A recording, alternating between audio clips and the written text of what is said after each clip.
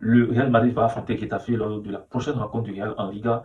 Et on va parler de ce match-là dans cette vidéo. On va surtout donner les pronostics si vous pensez que le Real pourra gagner 2-3-0 ou le Real va se faire l'amener peut-être sur le terrain de Getafe. Dites-le en commentaire, mettez votre pronostic tout simplement. Moi, je vais donner le mien dans cette vidéo. Les gars, franchement, cette trêve internationale n'a pas été mauvaise. Voilà, ça pouvait être pire. On pouvait avoir plus de blessures. Actuellement, je pense que c'est seulement Mbappé qui a eu la lettre. Sinon, les autres, ça va. Mbappé a eu la lettre et il n'a pas forcé. Il est rapidement venu à Madrid. Il a quitté les Bleus. Et actuellement, ça va. Même s'il rate le match contre Getafe, je pense qu'il sera prêt face à la Juve et face au Barça. Et aujourd'hui, ce match est en déplacement face à Getafe.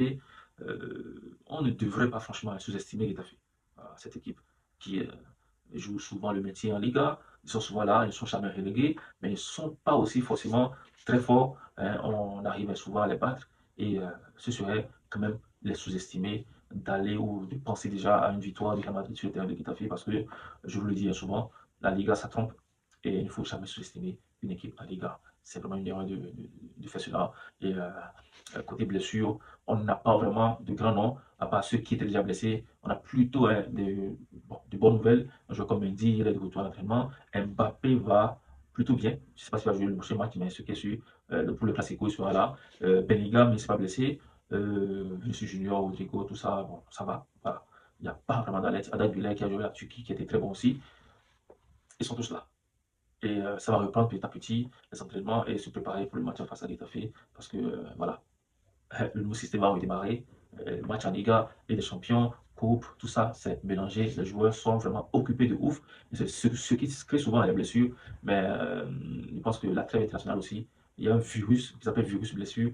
Et cette épidémie est souvent des joueurs qui se blessent avec l'équipe nationale. Cette fois-ci, le Real a beaucoup eu de chance et on n'a pas vraiment de mauvaises nouvelles de ce côté. Voilà, si vous comparez un peu avec le Barça, je pense que Lewandowski s'est blessé. Voilà, là, il y a mal, il a rechuté. Euh, voilà, il y a eu quand même quelques blessés là. Au Barça, le Real s'est bien sorti. Bon, ça en est bien sorti, je vous l'ai dit, de cette trêve. Et franchement, c'est bon. On va pas se plaindre. Voilà, on va se plaindre.